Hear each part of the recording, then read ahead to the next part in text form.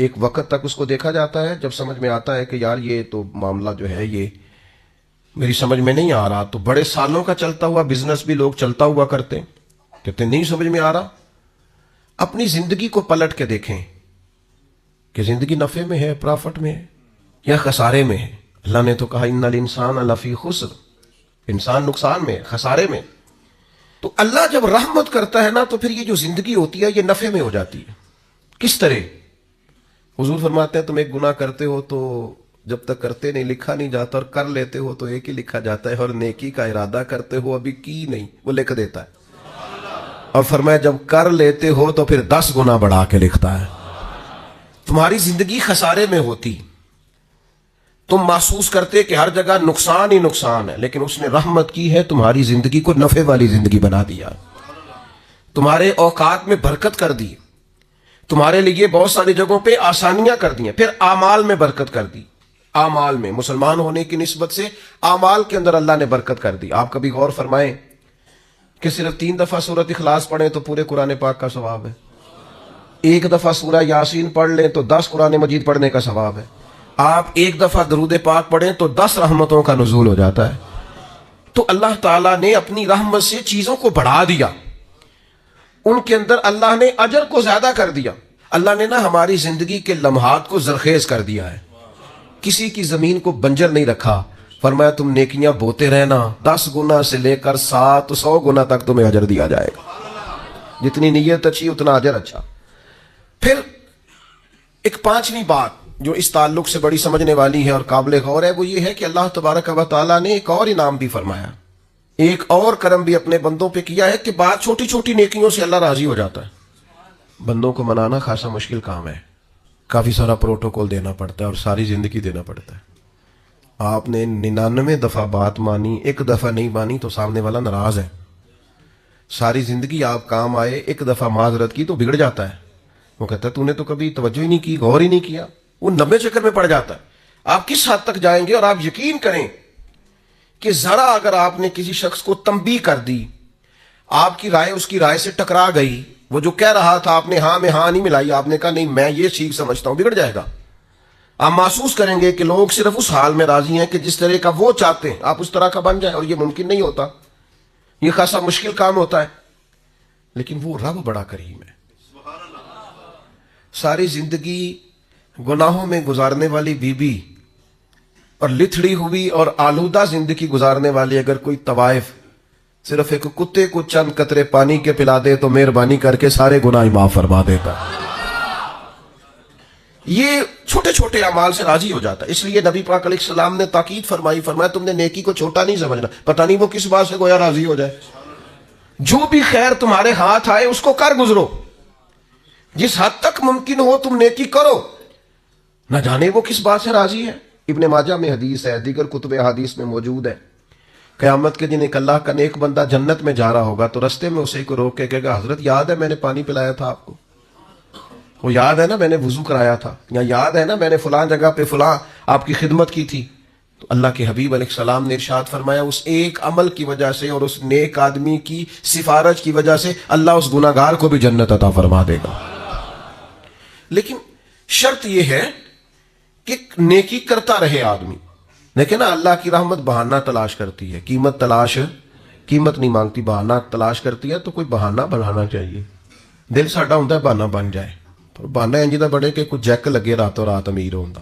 شریعت بھی قائل ہے، پر شریعت کہتی ہے اس طرح کا رویہ کر کے کوئی بخشش کا بہانہ بن جائے، کوئی اس کی رحمت کا بہانہ بن جائے، کوئی ایسا سلسلہ بن جائے جس سے اللہ راضی ہو جائے، کوئی ایک ایسا کام کرے جس سے وہ کریم مہربانی کرے۔ تو میرے بھائی ہر نیکی کے حصول کی کوشش کی جائے، چھوٹی سے چھوٹی نیکیوں کو بھی کبھی چھوٹا سمجھ کے چھوڑا نہ جائے، یہ چیزیں اللہ کی رحمت کا بہانہ بن۔ چھٹی بات، بعض اوقات انسان کی صرف سوچیں ہی اس کی رحمت کا بہانہ بن جاتی ہیں۔ لوگ اچھا بھی تو نہیں نہ سوچتے، گمان کا بھی تو بڑا مسئلہ ہے نا، لوگ سوچتے بھی بڑا خطرناک ہے۔ یہ جو سوچیں ہیں نا، اسلام کے اندر باقاعدہ گمان پر پابندی لگائی گئی ہے کہ اجتنبوا کثیرا من الظن ان بعض الظن اثم، تم نے بری سوچ سے برے گمان سے بچنا ہے، بعض گمان بھی گناہ ہے۔ سوچوں کو لوگ پابند نہیں کرتے، جو طبیعت میں آتا ہے سوچتے ہیں، اور کوئی ثبوت نہیں ہوتا، کوئی دلیل نہیں ہوتی، ان کے پاس کوئی مضبوط بات نہیں ہوتی، بلا وجہ منفی سوچتے دینا سوچتے نہیں، خالی گمان کو ہی وہ اپنا نظریہ بنا لیتے ہیں، عمر بھر ذہن بن جاتا ہے کہ ایسا ہی ہے، خالی گمان، کوئی دلیل نہیں، کوئی وجہ نہیں. یعنی ابا جی جو ہیں وہ مجھ سے انفرادی سلوک کرتے ہیں، باقی بھائیوں کے ساتھ ان کا سلوک بڑا اچھا ہے، یہ بس ایک دفعہ سوچ لیا پھر اس کو طے کر لیے، اور دلیل کوئی نہیں. یعنی والد صاحب نے جس اسکول میں بھائیوں کو داخل کرایا اس کو بھی اسی اسکول میں ہی ہے. انہوں نے جس جگہ جس مکان میں رکھا باقیوں کو ہے، اس کو بھی وہیں رکھا ہے. انہوں نے سارے رویے مشترکہ رکھے، لیکن اس کا ذہن بن گیا ہے کہ میرے ساتھ وہ والا پیار نہیں جو باقیوں کے ساتھ، اور پھر اس کو طے کر لیا اور عمر گزار دی اسی بات پر. تو گمان کو ٹھیک رکھنا، سوچوں کو ٹھیک رکھنا، نظریات کو پاکیزہ رکھنا. ہمارا جو گمان ہے نا وہ سیٹ نہیں ہوتا. ہمارے ملک میں ایک نہ سلسلہ چلتا ہے بدگمانی کا، بے یقینی کا، ٹوٹتی سوچوں کا، بکھرتے خیالات کا. وہ کہہ کے نا کہ ساری دنیا گڑبڑ ہو گئی، تو محسوس ہوتا ہے کوئی بندہ اچھا بچا ہی نہیں. اور نتیجہ یہ نکلتا ہے کہ سوچیں ٹھیک نہیں ہوتی. سوچیں ٹھیک ہو جائیں نا، کبھی سوچیں.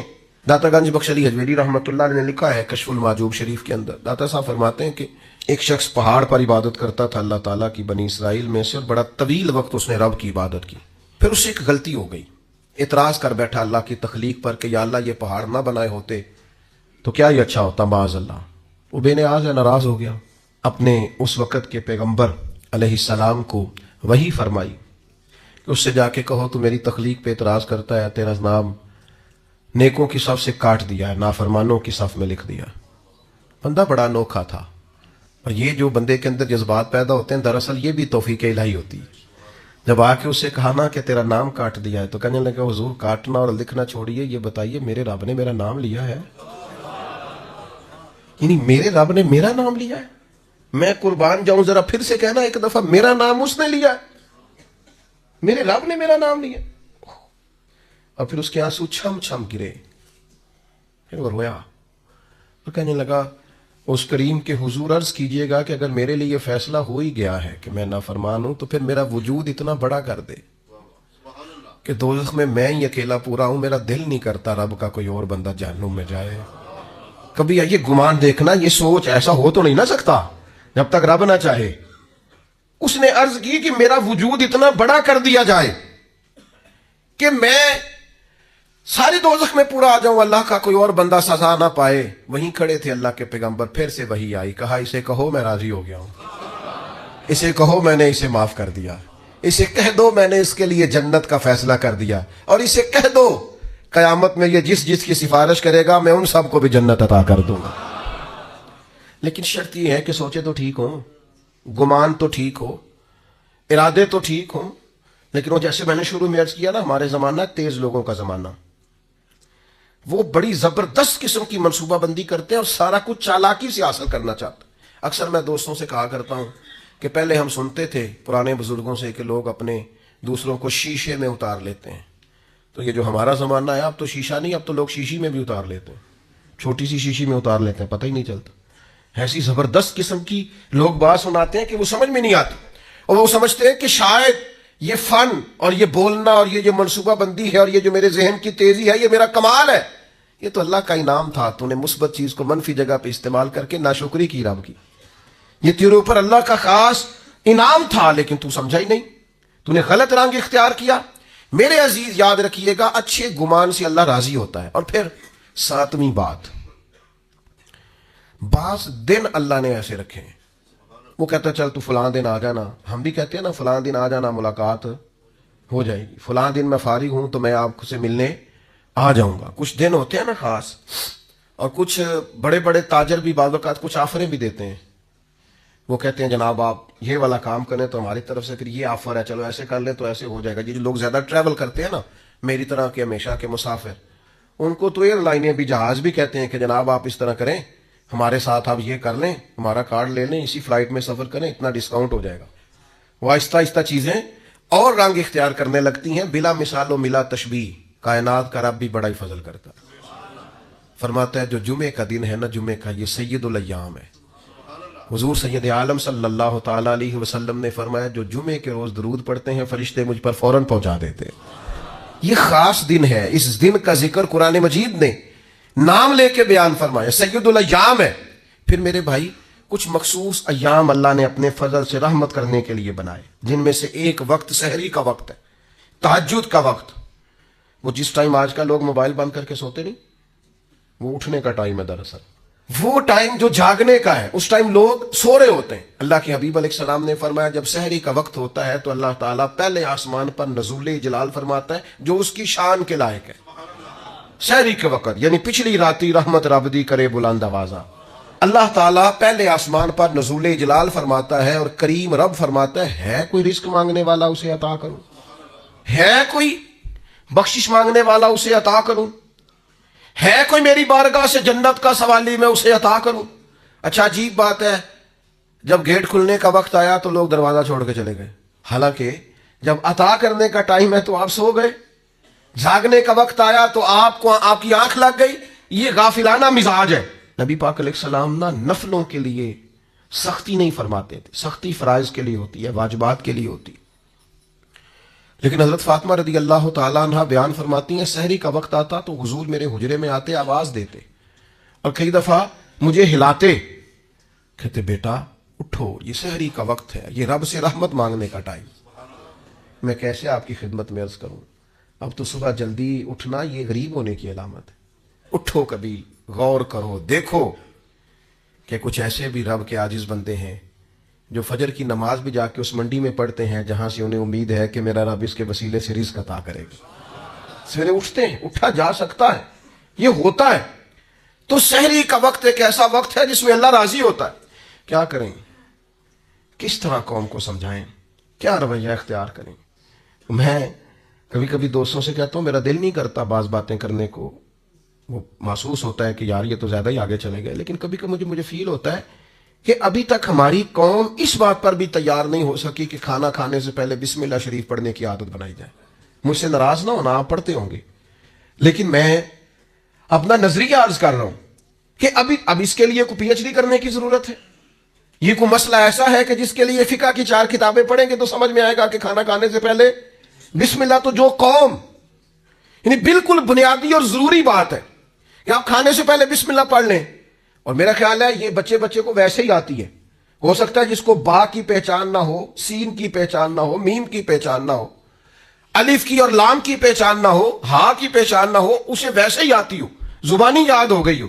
لیکن عادت کس نے بنانی ہے، مزاج کس نے بنانا. بالکل بنیادی باتیں بھی اگر ہم ان پر غور نہیں کریں گے تو پھر میرے بھائی بڑے بڑے فلسفوں کو اور بڑی بڑی باتوں کا پیچھے کیا رہ جائے گا. تو سحری میں اٹھنا، فجر میں اٹھنا، نماز کا پابند ہونا، بہت پیچھے رہ گئے وہ والدین. سننا مجھ سے اور مجھ سے ناراض نہ ہونا جس نے اپنے بچے کو ایم فل تک پڑھا لیا ہے اور ایم ایس سی تک کرا لیا ہے پر وہ بڑا پیچھے رہ گیا ہے. جس نے سارا کچھ تو کرایا ہے پر اپنے بچے کو سجدے کا طریقہ نہیں بتایا، وہ نمازی نہیں بنا سکا، عبادت گزار نہیں بنا سکا، صبح اٹھنے کا سلیقہ نہیں بتا سکا، پیچھے رہ گیا، نقصان میں رہ گیا، کمزور رہ گیا. پہلے بھی ایک دفعہ عرض کیا تھا، پھر کہتا ہوں. ایک دوست میرے پاس آئے اور کہنے لگے میں نے بڑا ہی زور لگایا میرا بچہ عالم نہیں بنتا، بڑی کوشش کیا. میں نے ان سے کہا ضروری نہیں ہے سارے بنے، نہ شریعت کا یہ حکم ہے کہ کل علم سارے حاصل کریں. آپ ایسا کریں عالم نہیں بنتا تو اچھا مسلمان بنا دیں. اس کے اخلاق درست ہونے چاہیے، اس کی عبادات کا معاملہ درست ہونا چاہیے، اسی پر اللہ کی رحمت برس جائے گی. اسی طرح کے کچھ ایام پھر اللہ نے رکھے ہیں، جیسے ٹائم رکھا ہے اسی طرح کے ایام رکھیں. ان میں سے شب برات بھی ہے، شب قدر بھی ہے، رمضان کی ہر رات بھی ہے. پر کس کے لیے؟ شیخ سعدی فرماتے ہیں جو قدر کرے اس کے لیے ہر شب بھی شب قدر ہے، اور جو قدر نہ کرے ٹھیک ہے وہ پھر شب قدر کی رات بھی سوٹ سیتا رہے، وہ شب قدر کی رات بھی کوئی مال خریدنے جاتا رہے، وہ پھر شب قدر کی رات بھی دیکھے کہ آج کل کون سی چیز بک رہی ہے، کون سی خریدنی ہے، چلتا رہے کام. اگر قدر کرے گا تو ہر شب شب قدر ہے، اور اگر قدر نہ کرے تو جتنی مرضی شب قدر گزر جائے. یہ تو قدر والوں کے لیے. آپ اس کو سمجھ لیں، اس پر غور کر لیں کہ اللہ نے وقت دیا ہے کہ آ جا رحمت برسے گی، تو شب برات پہ آ جا کرم ہو جائے گا. یہ نہیں آیا سویا ہوا ہے، آ جا شب قدر کی رات کرم ہو جائے گا. نہیں آیا سویا ہوا ہے. وہ تو کہتا ہے کتب ربکم علی نفسہ الرحمہ، تیرے رب نے اپنے ذمہ کرم پر رحمت کو خاص کر لیا ہے. پر آ تو صحیح نا. حدیث سنو مزہ آئے گا. بخاری مسلم میں مشکات میں حدیث موجود ہے، نبی پاک فرماتے ہیں بندہ گناہ کرتا ہے، بندے سے گناہ ہو جاتا ہے، پھر وہ کہتا ہے یا رب یا رب یا رب مجھے معاف کر دے، تو اللہ فرشتوں سے فرماتا ہے میرے بندے کو پتا ہے کہ میرا کوئی رب ہے اور یہ بھی پتا ہے کہ میرے رب نے مجھے معاف کر دینا ہے، اور اللہ فرشتوں سے فرماتا ہے گواہ ہو جاؤ میں نے اسے معاف کر دیا۔ فرمایا پھر نفس غالب آتا ہے، پھر کوئی گناہ کر بیٹھتا ہے، پھر عرض کرتا ہے یا رب یا رب یا رب، اللہ میں بھول گیا میری مدد فرما مجھے معاف کر دے۔ تو کریم فرماتے ہیں اللہ پھر فرشتوں سے فرماتا ہے میرے بندے کو پتا ہے اس کا رب بھی ہے اور یہ بھی پتا ہے اس نے معاف بھی کر دینا، تم گواہ ہو جاؤ میں نے اسے معاف کر دیا ہے۔ تیسری بار حضور بیان فرماتے ہیں، تیسری بار فرمایا پھر بندے سے غلطی ہو جاتی ہے، وہ پھر بھول جاتا ہے، پھر اللہ کے حضور عرض کرتا ہے یا رب یا رب یا رب، تو فرمایا مالک فرماتا ہے فرشتوں میرے بندے کو پتا ہے کہ اس کا رب بھی ہے اور یہ بھی پتا ہے کہ اس نے معاف کر دینا ہے، تم گواہ ہو جاؤ میں نے اسے معاف کر دیا ہے۔ شارحین حدیث فرماتے ہیں کہ حضور نے جو 3 بار کا ذکر کیا یہ تمثیل کے طور پر ہے، معنی کیا ہے کہ وہ جتنی بار بھی سچے دل سے توبہ کرے گا اللہ اتنی بار ہی اسے معاف فرما دے گا۔ شرط یہ ہے کہ توبہ سچے دل سے کرے، توبہ کے جملے نہ پکارے استغفر اللہ استغفر اللہ استغفر اللہ اور ساری رات شب برات میں مسجدوں سے رونے کی اور چیخنے کی اور تڑپنے کی آواز آئے۔ تو میں نے بارہا کہا ہے، میں پھر کہتا ہوں کہ اگر تو شب برات کی رات توبہ کرنے کے بعد پھر تھوڑا سا ہمیں پتہ چلے کہ اب معاشرے سے کچھ ملاوٹ ختم ہو گئی ہے، کچھ جھوٹ ختم ہو گیا ہے، کچھ بددیانتی ختم ہو گئی ہے، تو پھر تو پتہ چلے رات کچھ لوگوں نے توبہ کی ہے۔ لیکن یہ کہ ساری رات روتے بھی رہیں تڑپتے بھی رہیں، اور توبہ کا تو مطلب یہ ہے کہ یا اللہ پچھلے معاف کر دے، آج کے بعد نہیں کروں گا، لیکن پچھلے معاف کرا لیے اور آئندہ چھوڑنے کا ارادہ نہیں کیا تو توبہ کی شرط ہی نہ پائی گئی، یہ توبہ ہوئی نہ، یہ توبہ کی ہی نہیں گئی۔ جب تک آپ یہ ارادہ نہیں کرتے کہ اب میں چھوڑ دوں گا، آج کے بعد یہ نہیں کروں گا، اللہ تعالیٰ معاف کرنے والا ہے، کریم ہے۔ پھر 8ویں بات بھی سنیں، شریعت میں مایوسی بہت بڑا گناہ ہے، یعنی ساری رپورٹیں بھی غلط آ جائیں نا، ڈاکٹر نے بول دیا ہے کہ بھئی مشکل ہے آپ کا بچنا، اس وقت بھی یہ امید چھوڑنا ناجائز ہے کہ میں نہیں بچوں گا، اس وقت بھی امید یہی رکھنی چاہیے کہ میرا رب اگر فضل کرے تو فوراً شفا عطا فرما دے۔ یہ ضروری امر ہے، ضروری۔ آپ کو ہر کاروبار میں نقصان ہوا ہے، آپ نے جتنی بھی صحیح کی ہے آپ کی آگے نہیں بڑھ سکی، بڑی جد و جہد کی ہے، آگے نہیں آپ جا سکے، آپ کو بار بار پیچھے لوٹنا پڑتا ہے، بار بار آپ محسوس کرتے ہیں کہ میرا نقصان ہو گیا ہے، لیکن آپ کے لیے یہ سوچنا منع ہے کہ مجھے اب میں کبھی بھی آگے نہیں بڑھ سکتا، میں تو بس یہ ختم ہو گئی بات، میں تو تھک گیا ہوں یہ کر کر کے۔ حکم یہ ہے کہ تو خدا کا نام لے کے آگے بڑھ، وہ بڑا کریم ہے، فضل کرے گا اور اتنا رزق دے گا کہ کبھی سوچا بھی نہیں ہوگا۔ یہ سوچیں شریعت کے اندر ضروری ہے، یعنی علماء کا، فقہاء کا، محدثین کا ایک متفقہ فتویٰ ہے کہ رحمت الہی کی امید رکھنا واجب ہے، یہ ضروریات دین کا مسئلہ ہے کہ آپ اللہ کی رحمت کی امید رکھیں گے کہ میرا رب بڑا کریم ہے۔ ہمارے بزرگ کہا کرتے تھے کہ جب بھی آپ چل پڑیں گے نا منزل انشاءاللہ آ جائے گی، شرط چلنا ہے، شرط اٹھنا ہے، شرط سفر شروع کرنا ہے۔ آپ جب چلیں گے تو منزل آ جائے گی، آپ محسوس کریں گے کہ منزل آ گئی۔ میں یہ تو نہیں کہتا میں نے زندگی میں بڑی محنت کی، لیکن سفر بڑے بڑے لمبے کیے۔ یہ بھی گزشتہ 1-2 مہینے پہلے کی بات ہے، ہمیں بلوچستان جانا تھا اور پھر کچھ ایسا معاملہ ہوا، انہوں نے کہا رستہ ٹھیک نہیں ہے، پر ہمیں پہنچنا بھی ہر صورت، رات کو حیدرآباد میں تھا اور سفر وہ فلائٹ جو ہے وہ کنیکٹ نہیں ہوتی، سارا بائی روڈ سفر تھا۔ تو کچھ تھوڑی سی نا 1-2 دوست نے ہمت دلائی، انہوں نے کہا جی اللہ خیر کرے گا، تو اللہ نے خیر کر دی، یعنی وہ چل پڑے اور بڑے بر وقت پہنچ گئے، سارے کام ہو گئے جتنے منصوبے میں تھے۔ تھوڑا سا نا ہمارے ہاں نا اب ہمتیں دلانے کا ماحول بھی ختم ہوتا جاتا ہے، اور میں آپ کو عرض کرتا ہوں جوانوں کو، بعض بزرگوں کو بھی ضرورت ہوتی ہے کہ ان کی ہمت دلائی جائے، ان سے کہا جائے کچھ بھی نہیں انشاءاللہ خیر ہو جائے۔ آپ یہ کہتے ہیں اتنی عمر ہو گئی ہے میں ان کو تسلی دوں، بھائی تسلی کی ضرورت تو ہر وقت رہتی، آپ تسلی دیں، آپ ہمت بنائیں، آپ کہیں، آپ بات کریں، چیزیں بہتر ہو جاتی ہیں۔ آپ یہ کہیں کہ انشاءاللہ ہو جائے گا، ہو جاتا ہے، لیکن شرط یہ ہے کہ امید خدا کی رحمت کی کبھی چھوٹنے نہ پائے۔ روایت ایک بڑی منفرد ہے، بڑی حسین ہے، فرمایا کہ قیامت والے دن نہ 2 گناہگار ہوں گے، دونوں کو اللہ کی بارگاہ سے حکم ہوگا کہ جاؤ دونوں جہنم میں چلے جاؤ، معاذ اللہ ثم معاذ اللہ۔ ایک دوڑ لگا دے گا، بھاگ گیا دوزخ کی طرف، حکم باری تعالیٰ ہوا چلو دوزخ میں تمہارے اعمال بڑے سیاہ ہیں، اس نے دوڑ لگا دی۔ دوسرا کیا کرتا ہے، چند قدم اٹھاتا ہے پھر پلٹ کے پیچھے دیکھتا ہے، پھر چند قدم اٹھاتا ہے، پھر پلٹ کے پیچھے دیکھتا ہے، پھر چند قدم اٹھاتا ہے، پھر پلٹ کے، تو دروازہ آ گیا دوزخ کا۔ اب ایک بھاگ گیا ہے، ایک دبے قدموں آہستہ آہستہ چل رہا ہے۔ کریم مالک نے حکم دیا دونوں کو دوبارہ واپس لاؤ۔ اللہ اکبر۔ اللہ نے دونوں بندوں کو بلا لیا اور بلا کر کے فرمایا ہاں بھائی تو بڑا دوڑ کے گیا دوزخ کی طرف، کیوں گیا ہے؟ اللہ دلوں کے حال جانتا ہے نا، انہ علیم بذات الصدور، دلوں کے حال جانتا ہے، تو کیوں دوڑ کے چلا گیا؟ تو اس بندے نے یہاں کوئی چالاکی نہیں دکھائی، دل کی بات کی، کیونکہ رب دل کی بات جانتا ہے۔ عرض کی مالک گناہگار ہوں، عاجز ہوں، خطا کار ہوں، مجرم ہوں، پتہ سارا ہے سردار نو کیتیاں، من نانم کے من دانم جو ہوں، اس کی خبر ہے۔ مالک عمر بھر تیری نہیں مان سکا، غلطی کی، آج دل میں خیال آیا کہ رب کا حکم آیا، چل آج ہی مان لے، دوڑ گیا ہوں۔ قربان جائیں، آخری وقت ہے، فیصلہ دوزخ کا ہو گیا ہے۔ اس نے کہا سوچا میں دوڑ گیا، آج تو مانوں اپنے رب کی۔ کریم اسی بات سے راضی ہو گیا، فرمایا بھیج دو اس کو جنت میں، وہ چلو آخر وقت تک کی صحیح، کسی ٹائم ہی صحیح، آخر میں ہی صحیح۔ تو وہ جو دھیمے دھیمے قدم اٹھا رہا تھا، اس سے پوچھا بھائی اللہ جانتا ہے؟